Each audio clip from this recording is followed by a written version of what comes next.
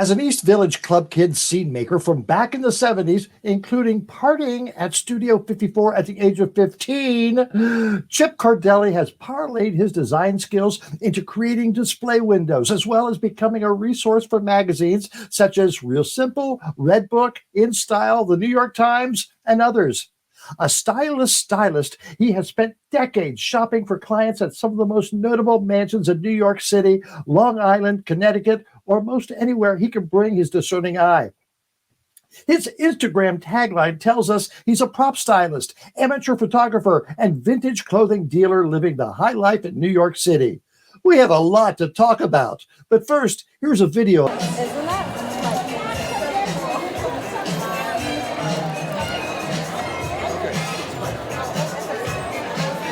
Oh, wow. Chip, come on in. Hey, Amber, how are ya? I'm excited to talk to you. Well, thank you. I am too. You've done so much. So we mentioned being a club kid in the 70s in New York. How did you start? How does one become a club kid?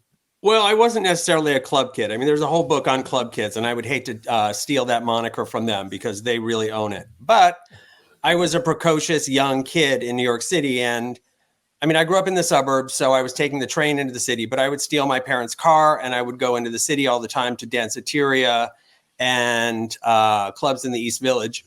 And I found myself at Studio 54 when I was 15 because I had an older brother who's about 12 years older than me, who was really eager to be like on the list. And he was that guy. He was like Mr. Jet Set 1970s.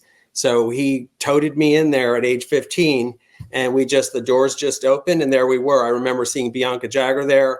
I remember seeing Patty Hansen, but we left early. I mean, I'm sure like the real party started later and we weren't there for it. You know, we were like driving back to the suburbs, but I mean, it was fun for a 15-year-old because like who gets to do that? I mean, Brooke Shields did, and she was probably 12 actually. So I was kind of lucky that way. But it was like my entree into the nightlife world. I hung out at Boy Bar in the 80s and I hung out at Palladium and all of the kind of 90s gay things that people were doing, roller disco at the Roxy, Sound Factory. What were you doing? What were you doing for a living? How were you making money, or did you need money? Of course you needed money in New York. I mean, New York was different in the 80s, but you definitely needed money. But what I was doing was I was working in book publishing. I got a degree in English from University of Washington, came back to New York, wanted to write a book, work in magazines, which is what I ended up doing. But I worked in book publishing to start with. And then I started, I know what it was. I ended up getting a job doing window displays on Wednesday nights at Henry Bendel. That was the installation night. And that's where I met like a whole world of club kid people and display people and all the creative people that I eventually ended up being a part of their lives and them a part of my lives.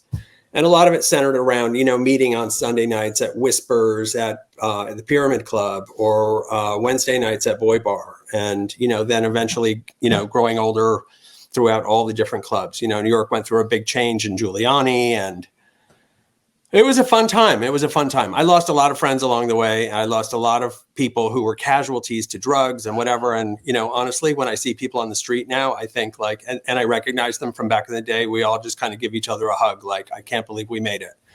You know what I'm saying? Tell me about New York City as AIDS started and what were you doing then? And tell me more about it. Well, I was living in Seattle in 1983 to 1987 and, you know, New York, and I was coming back for the summer. So I was very aware of like what was going on in New York City at the time. I was 21, maybe 20. I was 19, 20, 21. And, you know, I was very, it was a different time. I wasn't really out there having a lot of sex. I was very scared along with a lot of the people that I knew. But in 1987, when I came back from Seattle, where people were having unsafe sex, and it was just like they were getting the word a little bit later, the word wasn't washing over. I mean, this is all pre-internet, pre-news cycle, blah, blah, blah. And when I got back to New York in 87, I just I joined ACT UP and became very active in ACT UP because it was just part of what people were doing. It was a good place to meet people, but it was also a good place to meet people who were going through the same thing. And I don't think as young people, we knew what we were going through at the time, but literally all of our friends were dying. And, you know, we were, and the older people were teaching us about the legalities of how the government works and how we can get things passed and how we can close things down and how we can make things happen.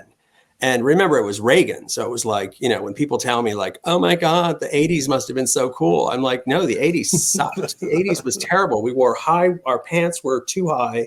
It was like Seinfeld fashion, and we had a terrible president.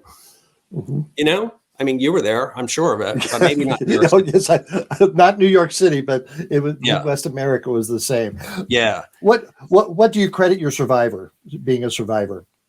A lot of it is luck. A lot of it is being. At the end of the day, I guess I was a little prudish when I was younger. So I mean, it kind of kept me from. Going whole hog into everything. But I will say, I mean, I'm not, you know, I may have been prudish, but I'm not a prude. So, but a lot of it is luck. And a lot of it is just being safe. I mean, I was always very conscious of wanting to live tomorrow. I don't know. Does that make sense? I guess it does. Oh, definitely. Definitely. So what happened? How long were you in the publishing business? Did you publish couple anything years, and I worked in book publicity, so I learned about marketing, and it was all like pre-Amazon. I mean, when I think about it, I used to work on booking TV shows or booking radio shows, and I mean, it was Oxford University Press, so it was very academic and it was very dry, and I had a different version of what publicity was there, and so a lot of the authors were probably not going to get on Oprah, or I mean, what were the big shows at the time? Sally Jesse Raphael or something.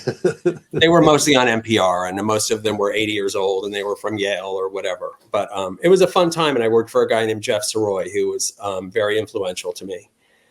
And then I got into I went back to school to be a teacher. And then I ended up not finishing my master's. And then I ended up somehow scooting into magazine writing. So I was writing, and then I was styling and producing stories. And I just always was part of like a display community, you know, like people who knew how to put something together. We're having an event, we need flowers. We're having an event, we need to promote, you know, whatever. I think of like the Barbie movie thing and the Barbie box that everybody's, and I have my Barbie stuff right here. Believe me, I'm heavy into Barbie. Oh, good. I was someone suggested I ask you about your take on the Barbie phenomenon.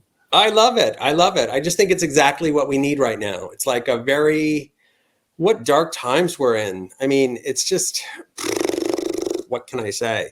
No matter where you are on either I loved side. it. A few weeks ago, the government came out and said, yeah, UFOs exist, or probably yeah. I saw that, and we all just went, yeah, okay. Yeah. I know we're like inured to it. We don't have any like what like, but I just feel like it's what we need right now. It's like very woman power. It's very it's just what we need right now. And when I read on Facebook like these old queens saying like, oh, I didn't see the movie, or you know, I didn't like it. I'm like, what's not to like? I saw it twice. What was that Barbie box energy? I'm actually trying to what do you call it?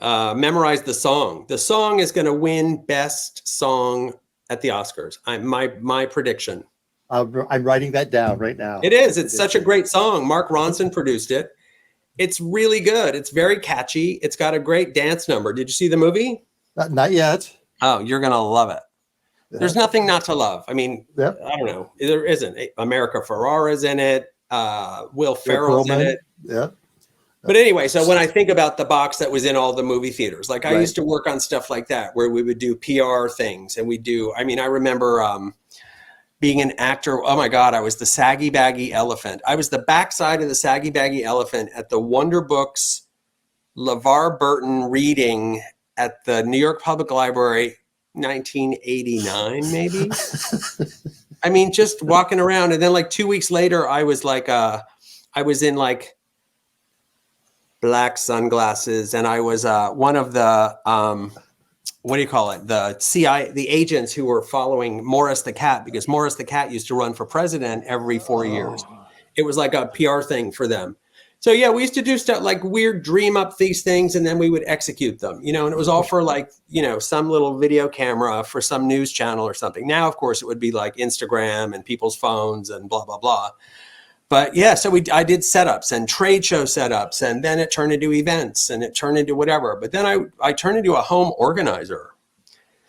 I mean, look at my home. Welcome to my home. For Real Simple Magazine. For 10 years, I did home organizing columns and home organizing shoots. And yeah, and then of course the magazine industry is dying. So that kind of thing doesn't happen anymore. And those kinds of budgets for shoots doesn't happen anymore. And I don't know, it's kind of a sad time for magazines. But I'm a little out of along the way, I always collected things. I always bought extra props for things. I was always like, believe me, I love to shop, and I love an estate sale, and I love an auction, and I love a flea market. And my mother was an antique dealer. So buying vintage clothing along the way was always part of the program. And then when my work at magazines kind of started winnowing, I started selling stuff on eBay. And then I got into vintage clothing shows. And then I got into the Manhattan Vintage Show years ago, and that's like the premier show. That's the one that you want to be in. And that's where, you know, a lot of celebrity stylists are shopping. That's where a lot of the TV production people are shopping. It's where, I mean, Donna Karan bought a sweater from me, and Anna Sui is always there, and Marc Jacobs people are always there. The Ralph Lauren people are always there. It's a very interesting show. It's like the best show. It's the best of the best, and it's got blaring disco music. It's got kids dressed up in 40s costumes, and I mean, not like fake. It's like there's a whole world of people who live in 40s regalia, and they dress Victorian. Or this one girl, what is she? The Egyptologist. She's got such a good Instagram. Modern Egyptologist. She's amazing. She literally goes to Egypt and like gets out by the pyramids with like 1920s clothes on. It's really worth looking at. I'll send you the Instagram. But anyway, so people like that show up, and it's like, and that, you know, you've got like the best of the best, you know, Adam and Eve's first whatever, like the oldest clothes and the newest clothes and the coolest clothes. So a lot of the stylists are there, and so that's where I sell. And it's got it's coming up in October 20th. But I sell in other shows too. But this is the one that's the key. That's the one. You had that Barbie box. Tell me about that Barbie box that you held up. This one is the Barbie beach scene. And it's got lots of, it's got an umbrella. It's got a little beach bag. I mean, of course, nothing ever looks like the picture on the thing. It's just like that cool table turns into like this. It's got flippers. I found it in the garage. We're cleaning out, so I'm just kind of finding stuff that is from our childhood. Little chair. Will you be selling that at one of Yeah, I put it on Etsy today. Actually, I did a whole Instagram post about it because I'm trying to, like, you know what, the Barbie thing is just fun, and I feel like, as I said, it's like what we need right now. But it's also just, you know, the one thing you learn about selling vintage anything is that people repurchase their childhoods. And so maybe they don't, like, you know, maybe they put it on a shelf or they whatever. It's not like girls, I mean, older women are not going to dress like Barbie, but I bet for Halloween there's going to be a lot of Barbies and a lot of Kens. And I can tell you, Ken is going to be wearing a long white chinchilla coat. So all those queens in Chelsea are going to be wearing Ken outfits. I guarantee it. Just, I mean, hello, mark my word. How about you? Oh, I'm not, you know, honestly, like, I love selling stuff. I'm not a good costume person. I really am not. It's like, I think I told you in my bio, I did this drag TV show back in the 90s. I don't even know what year it was, but we used to dress, there was Lovey, and Lovey would dress up, and then we would, I mean, literally we would do drugs and then run around in New York City with like probably a huge Betamax camera. and just go to the gas station or go to McDonald's. And it was like, when I think about it, we could have gotten killed at any point. And I mean, one time we went to the World Trade Center. This is a long time ago. So it was pre-2001. It was probably 1994 when we were doing this. And we ended up getting a security guy to let us in one door. And then we ended up running into the, what's the name of the amphitheater where I saw Martha Graham dance once, the Ice Palace or the Winter Palace or the Winter Garden. That's what it is. Anyway, we're there dancing and we had a boom box and that was the show. It was like we'd run into places, we'd set up a boom box and then we would just go dance. It was the dumbest show ever, but like it got on Manhattan cable Thursday nights, 9:30, and people loved it. People called in. It was a call-in show. It was, we had Shelley Long called in one time. I wish I had the tapes, honestly. Like they're probably in some archive at Manhattan Cable, but there's a couple on YouTube. Lovey TV, Thursday nights, 9:30, with Cheryl McKenzie and me. But I was always like really shy, and we would buy wigs. We'd buy these Orthodox wigs at the by the Pound place in Brooklyn, and we would turn them backwards. Then we would backcomb them, and we would just make these huge beehives. And we didn't speak. Lovey didn't let us talk. So it was Cheryl McKenzie and me. And then we just didn't talk. We were just kind of mute with our sunglasses on and just kind of being goofy. But it was fun. It was a fun time. Why was I telling you about that? Oh, who knows? We get off on tangents. I love listening to it, though. All right. Yeah. So you collect things, you resell things. What I was saying about people repurchasing their childhoods. Yes. It's just true. I mean, you'll see pink is going to be a big color going forward. I mean, I'm not the oracle when it comes to saying stuff like this, but like, and I knew this a year ago when I heard the Barbie movie was coming out. So I've been collecting Barbie dresses and Barbie stuff. And I have a pink mink coat that's going to come to the Manhattan Vintage Show in October. I mean, there's stuff. I mean, it's really easy to see where fashion is going to go, especially with young people, because they have disposable incomes. It's the older people who are not, they don't really latch on to stuff as much, especially in New York City. Everybody wears black. No one's all right. You said you put that Barbie box on Etsy today. How much are you asking for it? $38. Yeah. I just thought, you know what? It's like, it's cool. It's like, it's a fun thing. And why not? Right. I mean, there might be other ones on eBay for like $10 or something, but mine's 38. What can I tell you? I'm worth every penny of it. I like the picture. Is there something that you've wanted and you just haven't found it yet? In terms of vintage, like finding some grail? Anything.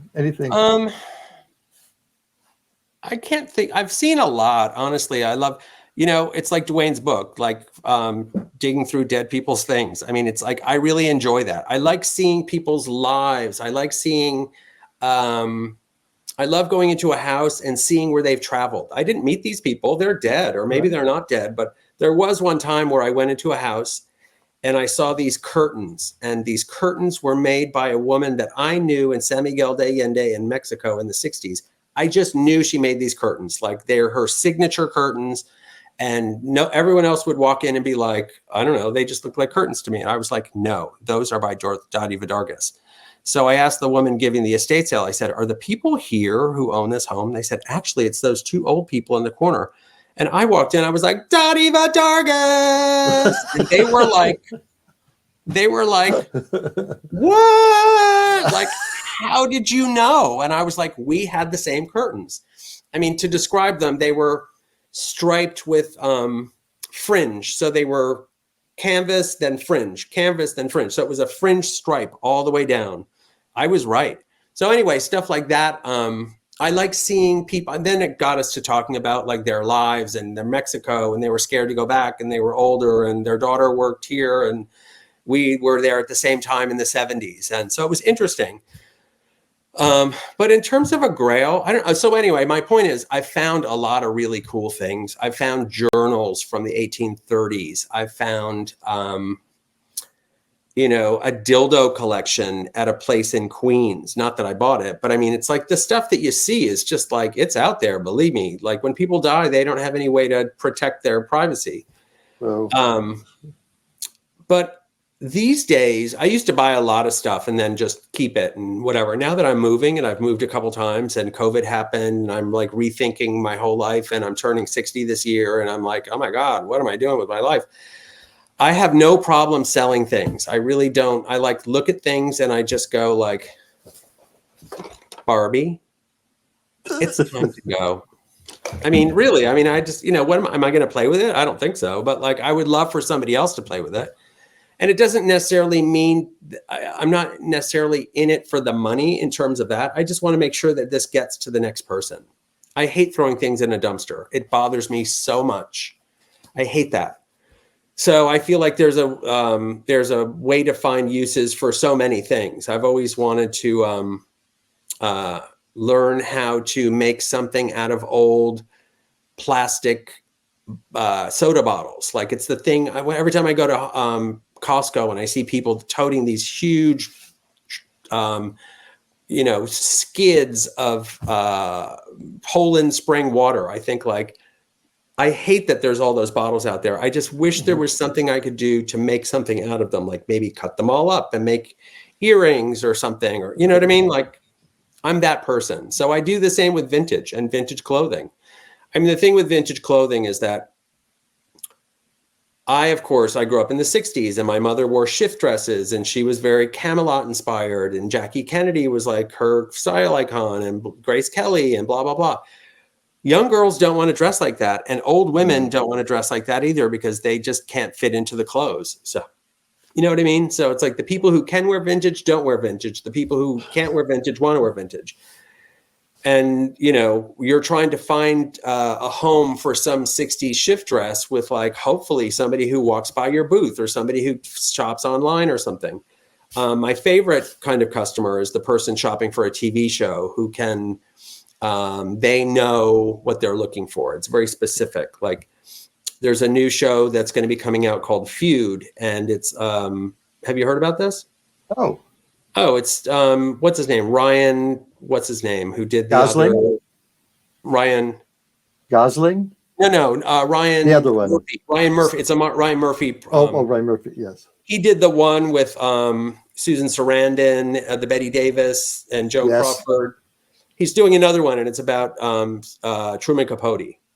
Oh, and that's the next one in the hopper. But anyway, so those people, that whole department of people who were shopping for the clothes, were shopping at the vintage show 2 years ago, a year and a half ago. And it was just so, I love, trying to find, everybody was sending them images of what they thought they were going to want. And, they wanted Norel, they wanted old Valentino, they wanted like chic Upper East Side stuff, not flashy, not like what you would think, like not clowny, because not everybody in the 60s was wearing a Mary Mecco dress, or they weren't all just doing, everybody was dressing very differently, but it was mostly muted tones. I'm dying to see how it turns out because I think it's going to be beautiful. But Mrs. Maisel is a perfect example of the kind of thing that you really want to find those. I love a period drama. I love a period comedy. I love people who are looking for background stuff. That's when you do a lot of business, but you're also finding homes for these clothes that are just sitting in closets and getting moth-eaten by the day. Like that bothers me too. The whole, like, you just got to keep clothes moving. Now, did you see people wanting more of the Mrs. Maisel type out dresses when that show was running? I mean, I'm sure people who were into that thing, I'm sure there's a lot of younger girls in the suburbs who are like on Instagram doing like, I'm living the life of a 50s housewife and this is what I think it is. And she's got all the greatest hits going on in the background. And she doesn't, it's not like Mad Men kind of caught it, but maybe she kind of got it from there. And then Mrs. Maisel is pushing her a little forward or whatever. But I mean, is she going to run around in a crinoline to high school? I doubt it. She might go out for the weekend or maybe find a club of other people who are interested in that thing. But I don't know that she's wearing it to school. I mean, I would love to see that. But there's a lot more, you'd be surprised, but there's a lot of more vintage clothing out there than there are people to wear it. So it's really about finding the best of the best. And hopefully that girl will find it, but it's the period dramas that really they really help sell that thing. But Mad Men really changed. I mean, when I see the trajectory of I call the look now very like Laurel Canyon. It's like Joni Mitchell strumming, and it's like this whole like outside of LA music industry 1968 thing. And that happened, that started kind of in the mainstream. I was thinking it already. But with Mad Men, when Megan goes and lives in LA alone, and she's basically living in Laurel Canyon. And that whole like long bell bottom, divided leg, one piece things have become popular. And when I see girls at the vintage show, like the ones who shop there are really the top. You really can see the trends happening. I mean, you really can. I mean, and that's for the mainstream. I mean, honestly, my favorite trend that's happening now is with young people, and it's clowncore. Have you ever heard that term, clowncore? No, I haven't. It's funny because it's basically like, it's like a explosion of color. I mean, there really are people who are into clowncore, like they look clowny, but it's I don't know. I wish I'll try to find you some pictures to send of what clowncore is from the vintage show, and those people will shop for like just things that you think like nobody would buy. They're like, oh, this is a great layering piece for my clowncore look. And they don't call it clowncore, but I call it clowncore. I mean, they do. Okay. They're not running around going like, oh my God, I wish there was a clowncore store. It's like, it's not about that. It's about cobbling a look together that creates this bigger look. And of course, if somebody else has your exact look, it's like Club Kids in the 2000s, or Disco 2000, or Michael Alec. It's like, it's that with like lots of makeup, and it's crazy, but I love it because those kids are spending money on vintage clothes. Just when you think it's only about Chanel suits and vintage Dior, it's about all this other stuff. Thank you so much for a fascinating conversation. Yes. And we will have you back because you've got many more stories to tell. Okay, good. And I'm ready to listen to them. Oh, good. I hope I didn't go on too long. See you soon. Wow, I loved talking to Chip Cordelli. I want to thank Dwayne Scott Cerny for hooking us up with him. Thank you very much.